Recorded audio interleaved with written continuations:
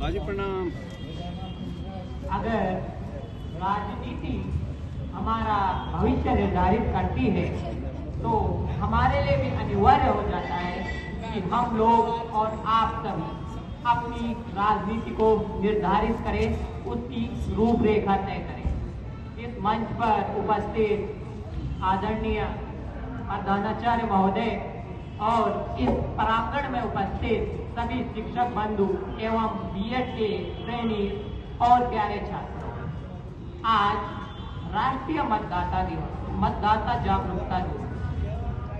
बच्चों, एक दिन, बातें कोई नहीं करेगा, एक दिन जिसे आजाद हुए महज चंद साल हुए थे, उन्होंने निर्धारित किया कि उपनिवेशवाद के चंगुल से छूटकर हम लोग अपने देश की शासन व्यवस्था को लोकतांत्रिक ढंग से संचालित करें। इसी के तहत 25 जनवरी 1950 को राष्ट्रीय निर्वाचन आयोग का गठन होता है। सुकुमार सेन को पहला निर्वाचन आयुक्त बना दिया जाता है। आलोचकों ने टिप्पणी की कि एक ऐसा देश जिसमें केवल 15% लोग साक्षर है, जहां पर किसी महिला की पहचान होती है अला की बेटी और फला की बीबी के नाम से, उस देश में चुनाव करवाना एक सर्कस से एक नौटंकी। एक सिविल सर्विसेज के अंग्रेज का कहना था कि भारत में दुनिया का 8वां अजूबा हो रहा है, भारत में चुनाव हो रहे हैं। ऑर्गेनाइजर नाम से एक पत्रिका निकलती थी और उसने कहा था कि जवाहरलाल नेहरू जीते जी ये देख लेंगे कि किस प्रकार से उन्होंने अपने देश में अपनी सबसे बड़ी विफलता हासिल की है, लोकतंत्र की हत्या की है।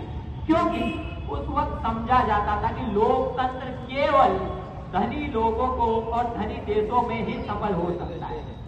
भारत उस वक्त एक गरीब देश था, नया नया आजाद हुआ था। बहरहाल होता क्या है बच्चों कि चुनाव आयोग ने डिसाइड किया कि हम लोग अगले साल 1951 की सर्दियों में और 1952 के शुरुआती महीनों में पूरे देश में चुनाव करवाएंगे। परिणाम क्या है? परिणाम आता है कि पूरे देश में बढ़ चढ़कर लोगों ने मतदान किया और सारे आलोचक, जितने आलोचक थे, सबके मुंह पर तमाचा मार दिया। ये तमाचा था हमारी कामयाबी का, हमारे लोकतंत्र की जीत का। ये तमाचा था इस बात का कि गरीब देश भी लोकतांत्रिक प्रक्रिया को अपना सकते। अब आपका प्रश्न होगा कि गुरुजी, आप ये सब हमें क्यों बता रहे हैं? मैं आपको याद दिलाना चाहता हूँ उस ऐतिहासिक पृष्ठभूमि को, जिस ऐतिहासिक पृष्ठभूमि पे चलकर हमारे नेताओं ने इस देश में लोकतंत्र कायम किया। आपके हाथों में बागडोर दी कि आप लोग डिसाइड करें कि हमारा प्रतिनिधि कैसा होगा। बच्चों, भारत के साथ जितने भी देश आजाद हुए, उन्होंने लोकतांत्रिक प्रक्रिया को नहीं अपनाया।